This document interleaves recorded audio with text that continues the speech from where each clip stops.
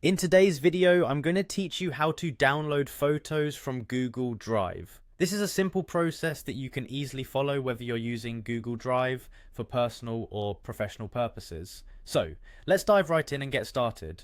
The first step you need to take is to open your web browser and go to Google Drive. You can do this by entering the URL drive.google.com.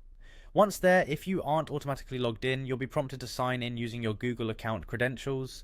Make sure you have all the necessary login details handy, as you will need them to access your photos.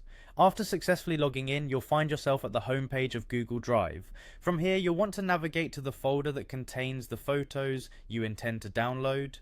Google Drive's interface is straightforward, so just scroll through your list of folders, or use the search bar at the top if you're in a hurry and know the name of the folder your photos are stored in.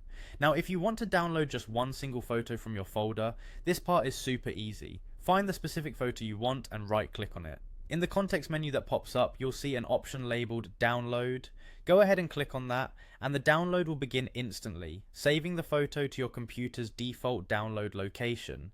If you're looking to download multiple photos at once, this is also a breeze. First, hold down the Ctrl key if you're on a Windows computer, or the CMD key if you're using a Mac.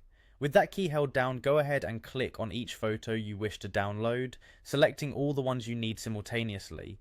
Once you've highlighted the batch of photos you're interested in, release the Control or Command key and right-click on any of the selected photos. In the menu that appears, choose Download just like before. This time, instead of downloading each photo individually, Google Drive will automatically compile your selected photos into a single .zip file for convenient and efficient downloading.